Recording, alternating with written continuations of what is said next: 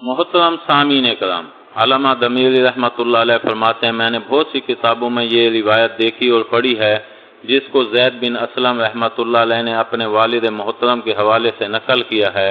حضرت زید بن اسلم رحمۃ اللہ علیہ فرماتے ہیں، حضرت عمر بن خطاب رضی اللہ تعالیٰ عنہ بیٹھے ہوئے لوگوں سے مخاطب تھے تو ایک شخص اپنے لڑکے کو اپنے ساتھ لیے مجلس میں حاضر ہوئے۔ اس کو دیکھ کر حضرت عمر فاروق رضی اللہ تعالیٰ عنہ نے فرمایا، میں نے نہیں دیکھا کسی کوے کو کہ جو زیادہ مشابہ ہو تیرے اس کوے سے، یعنی کہ تیرا لڑکا بہت زیادہ کالا ہے۔ اس سے پہلے میں نے کسی کالے لڑکے کو نہیں دیکھا جو تیرے لڑکے سے بھی زیادہ کالا ہو۔ اس شخص نے جواب دیا کہ امیر المومنین، اس لڑکے کو اس کی والدہ نے اس وقت جنم دیا جب کہ وہ مر چکی تھی۔ یہ سن کر حضرت عمر رضی اللہ تعالیٰ عنہ سیدھے ہو کر بیٹھ گئے اور فرمایا کہ اس بچے کا قصہ مجھ سے بیان کر۔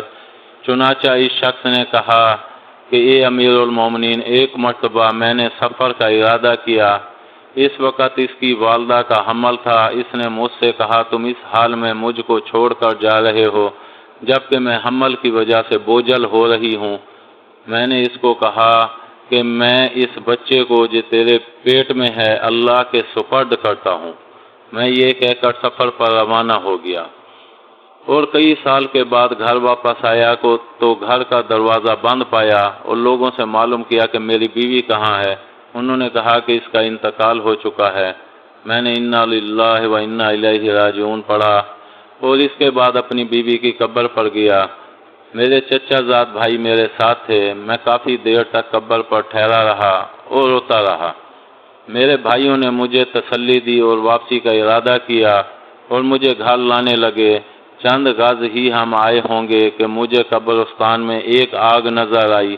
میں نے اپنے چچا زاد بھائی سے پوچھا، یہ آگ کیسی ہے؟ انہوں نے کہا، یہ آگ روزانہ رات کے وقت بھابھی مرحومہ کی قبر میں سے نمودار ہوتی ہے۔ میں نے یہ سن کر انا للہ پڑھا اور میں نے کہا کہ عورت تو بہت نیک اور تہجد گزار تھی، تم مجھے دوبارہ اس قبر کے پاس لے جاؤ۔ چنانچہ وہ مجھے قبر پر لے آئے۔ جب میں قبرستان میں داخل ہوا، میرے چچا زاد بھائی وہیں رک گئے اور میں تنہا اپنی مرحومہ کی قبر پر پہنچا تو کیا دیکھتا ہوں کہ قبر کھلی ہوئی ہے اور بیوی بیٹھی ہے اور یہ لڑکا اس کے چاروں طرف گھوم رہا ہے۔ ابھی میں اس طرح متوجہ تھا کہ ایک غیبی آواز آئی کہ اللہ تعالیٰ کو اپنی امانت سپرد کرنے والے اپنی امانت واپس لے لو، اور اگر تو اس کی والدہ کو بھی اللہ کے سپرد کرتا تو وہ بھی تجھ کو مل جاتی۔ یہ سن کر میں نے لڑکے کو اٹھا لیا۔ میرے لڑکے کو اٹھاتے ہی قبر برابر ہو گئی۔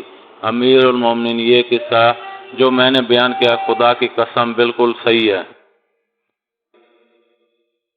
بات بالکل درست ہے کہ جو اپنی امانت اللہ کے سپرد کرے گا تو اللہ اس کو اس کی امانت ضرور لوٹاتا ہے۔ اللہ کسی کا محتاج نہیں بلکہ ہم اللہ کے محتاج ہیں۔ اللہ عمل کی توفیق دے، آمین۔